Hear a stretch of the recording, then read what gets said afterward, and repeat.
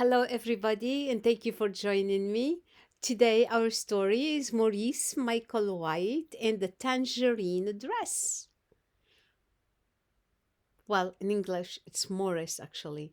Morris loves his classroom's dress up center. He loves wearing the tangerine dress, but the children in Morris's class don't understand. This book is written by Christine Baldacchino, and the pictures are by Isabelle Malenfant. Maurice Mickelwhite has a mother named Moira and a cat named Moo. Maurice likes Sundays because his mother makes him pancakes on Sundays. Mondays are great too because on Mondays Maurice goes to school. Morix likes a lot of things about schools. He likes to paint. He likes to do puzzles. He likes the apple juice at snack time and singing the loudest during circle time. Most of all, Morris likes the dress up center and the tangerine dress. Morris likes the color of the dress. It reminds him of tigers, the sun, and his mother's hair. He likes the noise the dress makes, swish, swish, swish when he walks, and crinkle, crinkle, crinkle when he sits down. He takes turns wearing all the different shoes, but his most favorite ones go click, click, click across the floor.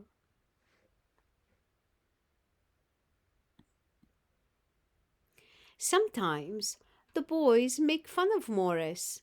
Sometimes the girls do too.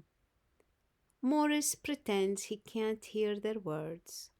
Over the swish, swish, swishes, crinkle, crinkle, crinkles, and click, click, clicks he makes when he walks. Morris pretends he can't hear their words, but he can. On Monday, Becky tried to pull the dress right off his back. You can't wear it. You're a boy. On Tuesday, Eli, Henry, and the other boys wouldn't let Morris ride on their spaceship unless he took the dress off. Astronauts don't wear dresses.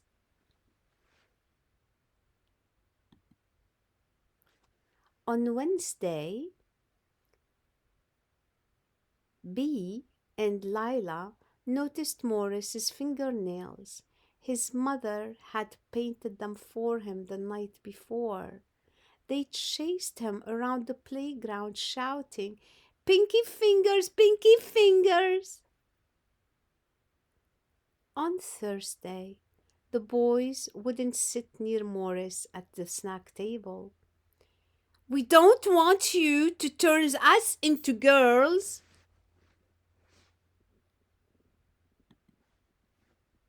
On Friday, Morris pretended he had a tummy ache.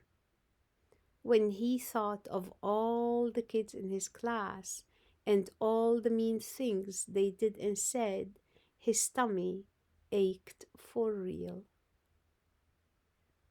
His mother let him stay in bed and read books about elephants. Moo sat in his lap. Moo liked elephants too. On Saturday, Morris's mother brought him some apple juice. As he took a sip, she stroked his hair. Moo purred loudly. Morris felt well enough to do a puzzle. He hummed to himself and felt better still. On Sunday, Morris crawled out from under the covers after a wonderful dream about being on a space safari with Moo. In the dream, they saw big blue elephants and tigers, the colors of the sun that Morris could hold in the palm of his hand. The elephants swish, swish, swished as they moved through the grass, and the tigers ate giant leaves that crinkled, crinkled, crinkled as their tiny teeth chewed them. The buttons on the spaceship click, click, clicked under Morris's fingers. Morris wanted to share all the amazing things he had seen. He took out his brushes, put on his smock, and began to paint, using every color he could imagine. He showed his painting to his mother when he was done. He pointed out the big blue elephant, the tiny tiger the color of the sun, the tall grass, and the giant leaves. He pointed out Moo in his shiny round space helmet.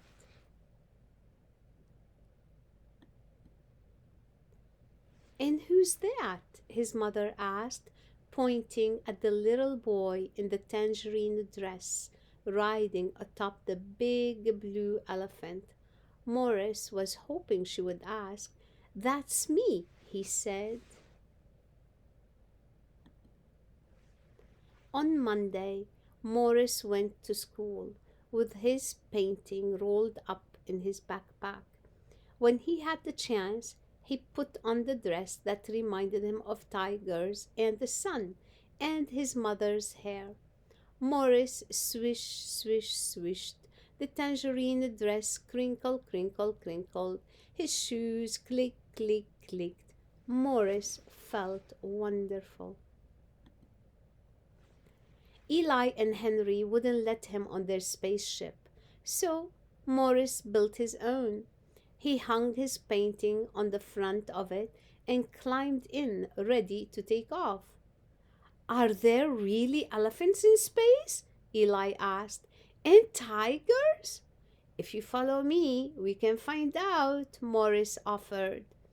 Eli and Henry followed Morris to a planet they had never visited before. As they explored, Morris swish, swish, swished. The tangerine dress crinkle, crinkle, crinkled. His shoes click, click, clicked. By the time they returned to Earth, Eli and Henry had decided that it didn't matter if astronauts wore dresses or not. The best astronauts were the ones who knew where all the good adventures were hiding. Morris smiled. He already knew that. When snack time was over, Becky demanded the dress. Morris told her she could have it when he was done with it. "Boys don't wear dresses," Becky snipped.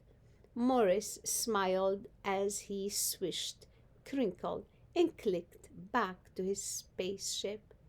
"This boy does." For my sweet friend Alan, my sister Louise, and my teddy bear Junior, CB, to my tangerine bearded love. The end.